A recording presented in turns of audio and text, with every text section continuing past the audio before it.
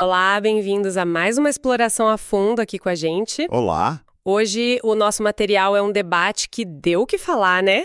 Aquele do ateu Daniel Gontijo contra 30 cristãos. Exato. Só que a gente não vai analisar o debate em si diretamente. A ideia é olhar para ele pelas lentes, assim, de um observador bem específico. O Jorge Guerra Pires. Isso mesmo. O Dr. Pires, para quem não conhece, tem doutorado em Engenharia da Informação, mas hoje é escritor, pesquisador independente, focado em ciência, pensamento crítico, filosofia. E ele gravou uma análise bem detalhada desse debate, então nossas fontes são essa gravação dele e, claro, trechos do debate que ele comentou.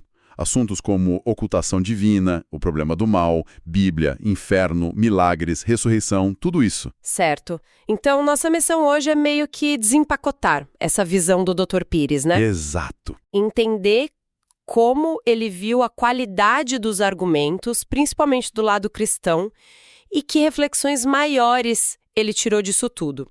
E a gente vai usar os pontos do debate que ele mesmo destacou para ilustrar essa análise dele. Vamos começar pela impressão geral? Foi boa? Olha, para ser direto, a avaliação geral do Dr. Pires sobre os participantes cristãos não foi nada positiva, viu? É? Ele usou termos como muito fraca para descrever a performance desse lado, fez questão de dizer que não estava falando do Gontijo, que para ele, aliás, se saiu super bem. Entendi. Ele chegou a fazer alguma comparação, talvez com outros debates, para dar uma ideia desse nível que ele achou fraco? Sim. Ele mencionou debates internacionais, citou especificamente os do filósofo ateu Alex O'Connor, que são em inglês. Ah, conheço. Pois é. Dr. Pires acha esses debates de um nível filosófico assim, mais elevado, sabe? Mais produtivos intelectualmente. A comparação foi mesmo para sublinhar o quanto ele sentiu falta de substância argumentativa ali no lado cristão do debate com Gontijo. Imagino que ele não ficou só no geral, né? Deve ter apontado uns exemplos concretos que fizeram ele pensar assim. Com certeza. Ele destacou alguns momentos que, para ele, foram bem problemáticos. Usou até a palavra bizarros. Nossa! Quais? Um deles foi o testemunho pessoal de uma participante. Ela falou de uma cura, atribuindo a um milagre, né? Aí o Gontijo, de forma bem respeitosa, levantou a hipótese. Será que não foi erro médico ou um diagnóstico errado?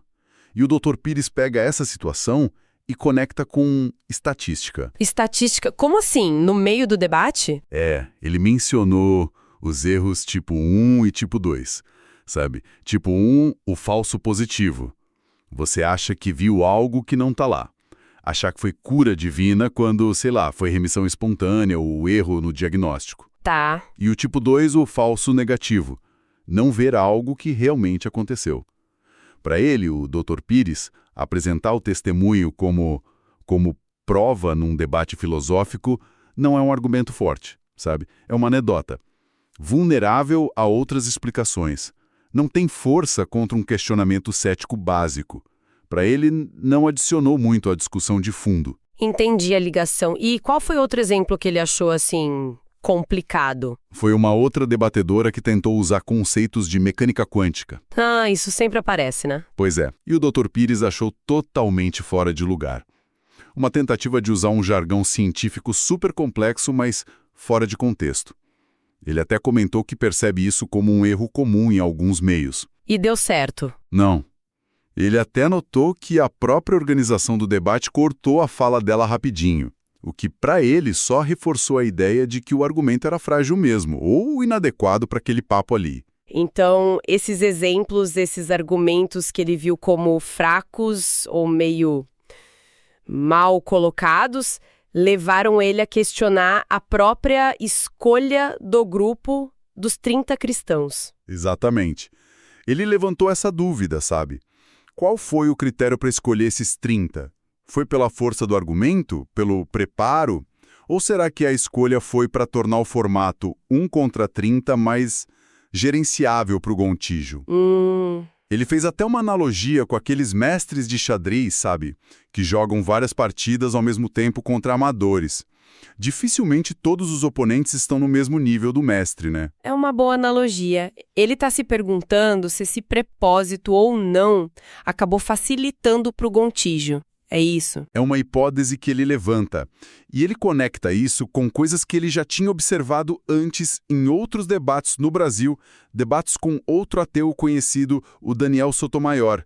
Ele lembrou de ter notado nesses outros eventos uma certa fragilidade em algumas lideranças religiosas que participaram. Que tipo de fragilidade ele tinha visto antes? Na visão do Dr. Pires, muitas vezes essas figuras pareciam usar o espaço do debate mais para fazer proselitismo, sabe? Ou para inflamar a própria base de fiéis, ou se colocar como vítima, estou sendo ofendido, do que para entrar num debate de ideias sério, rigoroso. Ele vê um padrão de evitar o confronto intelectual direto, talvez por falta de preparo, talvez como estratégia mesmo. E a análise desse debate do Gontijo pareceu para ele confirmar essa impressão anterior. Isso leva a gente para um ponto mais amplo que o Dr. Pires também comenta, né? O contexto cultural da apologética cristã aqui no Brasil. Ele vê diferença em relação a outros lugares? Vê sim. Ele dedica uma parte importante da análise a isso. Primeiro, ele define o que ele entende por apologética, a defesa racional da fé, né? Certo. Aí ele sugere que essa aparente fragilidade que ele nota na apologética feita por alguns aqui no Brasil, comparando, por exemplo, com os Estados Unidos, onde tem uma tradição talvez mais forte nesse campo, pode ter raízes históricas, culturais bem profundas. Que tipo de raízes ele explora? Ele levanta a hipótese da colonização portuguesa, sabe? E a forma como o catolicismo foi meio que imposto aqui. Muitas vezes sem um grande incentivo para o debate teológico, filosófico, crítico na população em geral. Ele até menciona a proibição de universidades no Brasil colônia como um fator que pode ter limitado o desenvolvimento de uma cultura de argumentação intelectual mais forte em torno da fé. Interessante. E ele usa um exemplo bem diferente para ilustrar essa diferença cultural que ele percebe, envolvendo a revista Playboy. Parece meio fora do assunto, né? Parece, né? Mas a comparação que ele faz é sobre o espaço que a cultura dá para o debate intelectual. O Dr. Pires comenta que a Playboy americana, lá nos anos 70, 80, publicava entrevistas longas, sérias, com intelectuais importantes, inclusive críticos da religião, tipo Carl Sagan, ou aquela ativista ateísta Madeleine Murray O'Hair. Sério? Na Playboy? Sim. Para ele, isso mostrava que existia um espaço para o confronto de ideias, mesmo numa revista de entretenimento adulto. E a versão brasileira? Então, segundo a análise do Pires, a versão daqui focou quase só no nu mesmo. Não abriu um espaço parecido para esse tipo de debate intelectual mais denso. Para ele, isso não é um julgamento moral da revista, claro, mas é um sintoma cultural. Um sintoma de quê, exatamente? De uma sociedade onde talvez a fé, historicamente, foi mais uma questão de aceitação ou de imposição do que de defesa filosófica, de debate aberto. E isso se refletiria na menor presença ou menor valorização desse tipo de discussão no espaço público em geral. Entendi. Então, na visão dele, a falta desse tipo de coisa em lugares inesperados, como a Playboy, indicaria uma tradição menor de debate público rigoroso sobre esses temas aqui? E isso poderia explicar a tal fragilidade argumentativa que ele viu nos debates religiosos? Exatamente. Ele vê essa conexão. Essa cultura, segundo ele, poderia levar a situações como as que ele observou nos debates do Sotomayor e agora com o Gontijo, onde os participantes do lado religioso parecem, na visão dele, ou despreparados para o embate lógico ou mais interessados em outras coisas que não a argumentação filosófica pura. Entendido esse pano de fundo cultural que ele propõe, vamos agora mergulhar mais nas críticas específicas do Dr. Pires a alguns argumentos do debate. Ele pegou pesado nas justificativas para o sofrimento e para umas passagens bíblicas difíceis, tipo a da escravidão, né? Sem dúvida. A discussão sobre escravidão foi um ponto que ele analisou com bastante criticismo. Ele focou na justificativa de uma participante para o fato de Jesus não ter condenado a escravidão de forma explícita nos evangelhos. Qual foi a justificativa dela? A alegação foi que, se Jesus condenasse a escravidão direto, isso ia causar um colapso econômico gigantesco no Império Romano. Isso ia prejudicar a expansão do cristianismo. E como o Gontijo e o Pires reagiram a essa ideia? O Gontijo resumiu o argumento dela de forma bem direta, talvez até um pouco provocativa. Ele disse algo como: Ah, então a escravidão foi necessária para os planos de Deus. A participante tentou corrigir, não foi bem isso. Mas o Dr. Pires, na análise dele, critica essa linha de raciocínio com muita força. E qual é a crítica principal dele a essa justificativa econômica? Ele aponta o que ele vê como uma inconsistência lógica e moral gritante, dentro da própria visão cristã que se quer defender.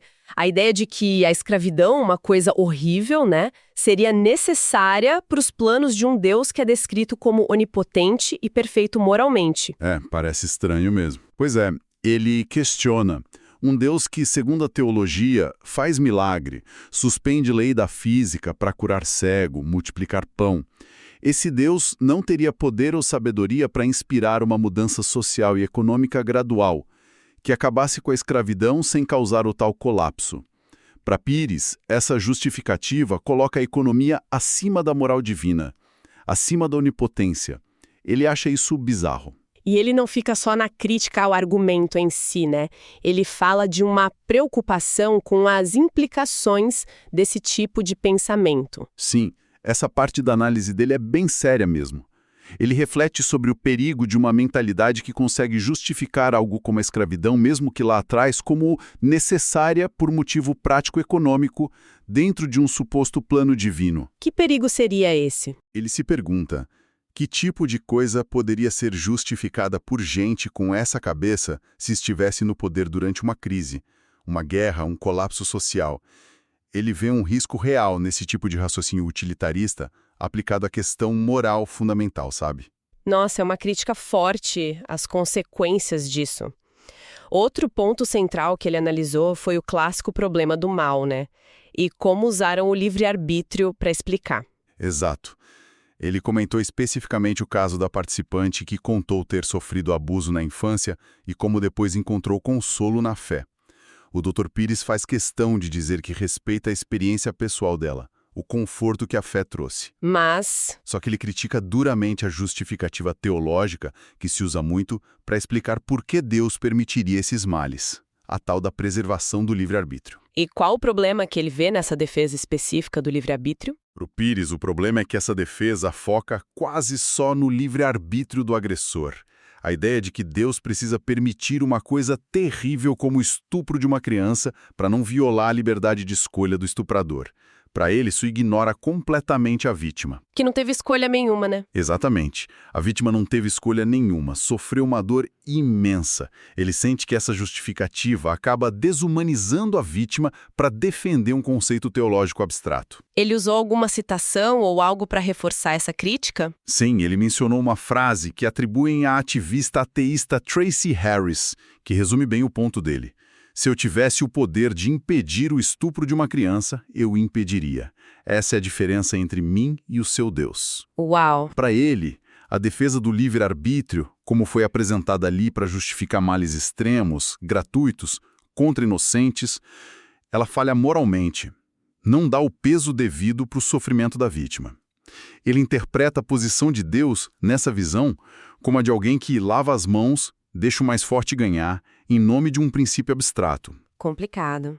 Além dessas grandes questões morais, o Dr. Pires também falou sobre as tentativas de reinterpretar palavras da Bíblia para suavizar umas partes mais duras. Falou sim.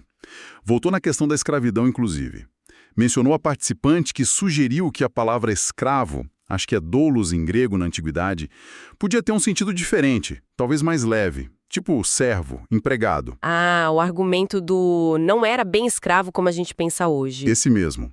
E o Dr. Pires vê esse tipo de argumento com muito ceticismo. Por quê?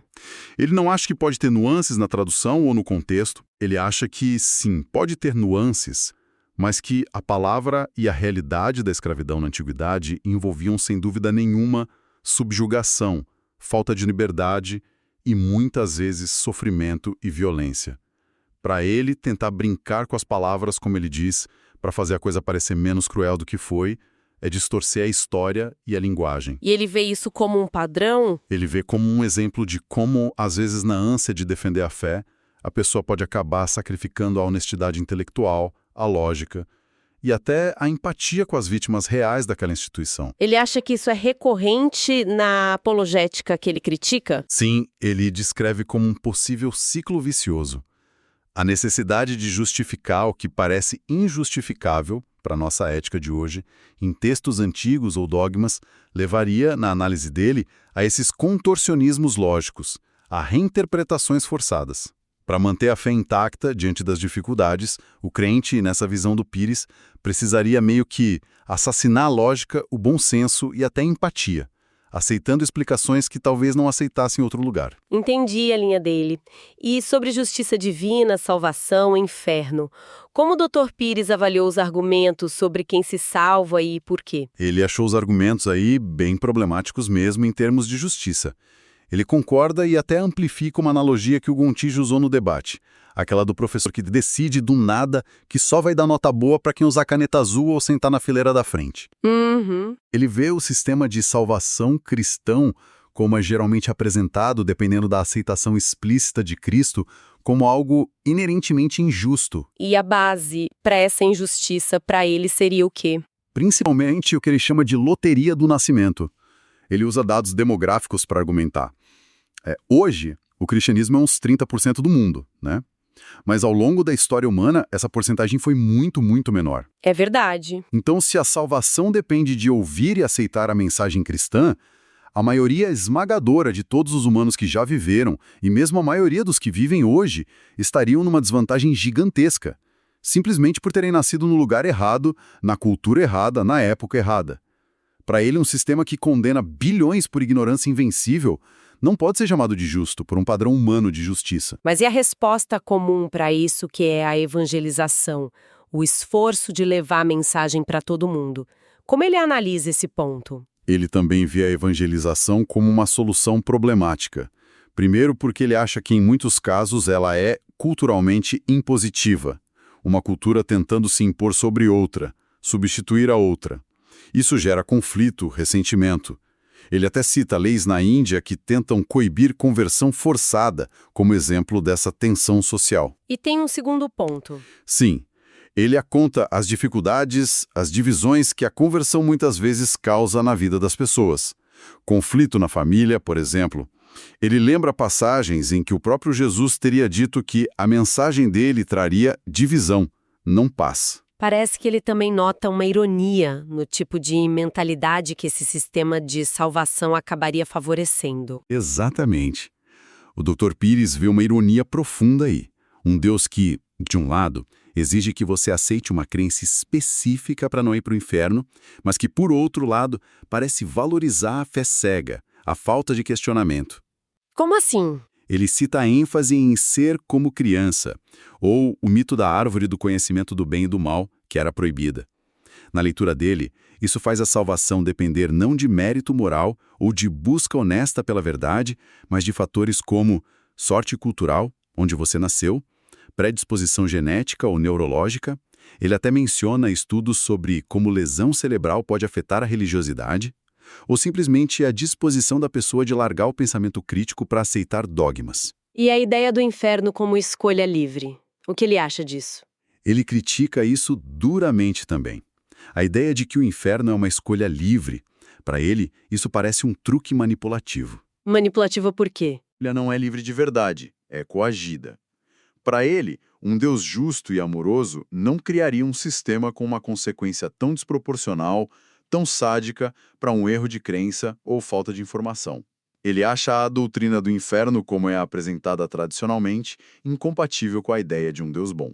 Então, para fazer um balanço dessa análise do Dr. Pires sobre os argumentos cristãos no debate, qual seria o resumo da ópera na visão dele? Bom, na perspectiva dele, que é o que a gente está explorando aqui, os argumentos dos 30 debatedores cristãos foram, na maioria, circulares, baseados em falácias, filosoficamente frágeis. E o que mais pareceu preocupar ele? Frequentemente exigiam que se fizessem concessões lógicas ou morais bem significativas. Principalmente na justificação do mal, né? Exato. A forma como tentaram justificar o sofrimento que parece desnecessário, a escravidão, a aparente injustiça no sistema de salvação, esses foram os pontos mais críticos que ele levantou.